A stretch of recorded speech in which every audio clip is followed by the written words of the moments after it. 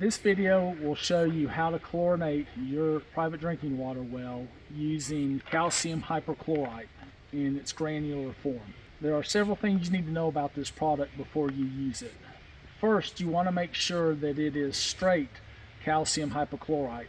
You do not want to get stabilizer or algicides that have been added to a pool shocking product, as those are not going to be needed inside your well. You also need to understand that this is a very caustic chemical and you must be very careful while using it.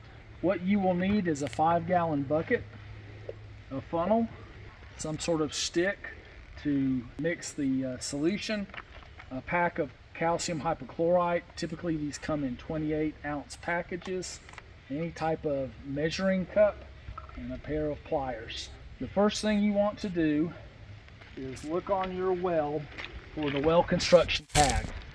This may be attached to the casing, or if somebody's removed it and set it in, could be somewhere around the wellhead.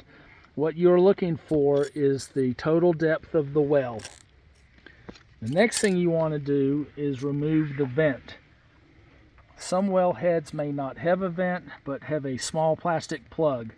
You want to remove these from the sanitary seal, as this will give you a direct conduit to get the chlorine into your drinking water well. The next step will be to mix the chlorine solution. You need approximately 5 ounces of sodium hypochlorite per 100 feet of well depth. If you cannot find a tag on your well, or you do not know, then please call your local health department and we will assist you with coming up with the proper formula. Take a standard measuring cup, probably already have it in your kitchen, and you want to use approximately 5 ounces per 100 feet of well. Go ahead and fill your bucket to around 4 gallons and then add the calcium hypochlorite. Stir the solution to where you get the granulars almost completely dissolved. Take your funnel, place it into the hole where the vent or the plug was. Take your bucket of chlorine solution and carefully pour this into the well. It is important that you mix the chlorine solution before you put it into the well.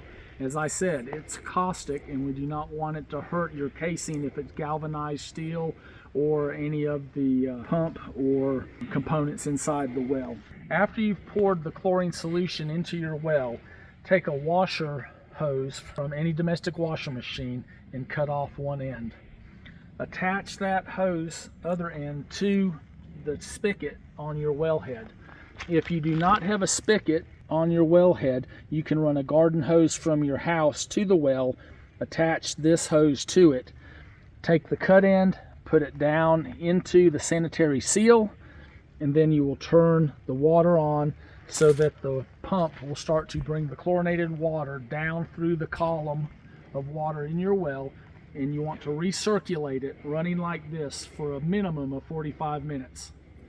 After you've run the water for 45 minutes, cut it off, go ahead and replace the vent, then proceed to running chlorinated water to all points of use within your water system.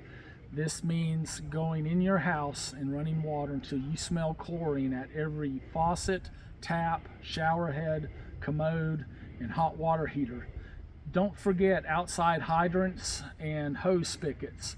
It's important to get chlorinated water in through the entire water distribution system to ensure that we kill any and all bacteria that has found its way into it. It's a good thing to turn off your automatic ice maker and shut that valve off. You can look at disinfecting your ice machine at a later time. After the chlorinated water has sat in the well and in the water system for a minimum of 24 hours, you then need to start purging the well and the water system of the chlorine. It's best to start at the well. You can attach any standard garden hose at the well. You want to take this water and run it out into the woods down your driveway. You do not want to let this go onto or settle over your septic drain field if you have one. Then you merely turn on the tap and let the water run. You probably want to let your well pump rest every 30 to 45 minutes depending on the volume of water your well produces. Here again, that can be found on your well construction tag if you have that. And this way, if you should have a low producing well, you are not going to take a chance on lowering the water column to the pump and potentially burning it out. Please keep in mind that it can take some time, several hours to several days, to effectively run the chlorine out of the well. Periodically, you can go and smell the water coming out of your hose. When you no longer smell chlorine, you're getting close. AppHealth will be providing DPD chlorine test tablets with your water sample kit. When you no longer smell chlorine coming out of your wellhead, you can use these tablets to ensure that the chlorine is gone. Once the wellhead is free of chlorine, you then want to drain the water out of your residence, facility, or other buildings that are connected to your well. We recommend using an outside tap first. You can connect your garden hose, run that water away from your septic drain field, preferably out into the woods or down your driveway. Once you have flushed as much as of the house from the lowest fixture you have, you can then work through each fixture and slowly drain that water off by flushing it.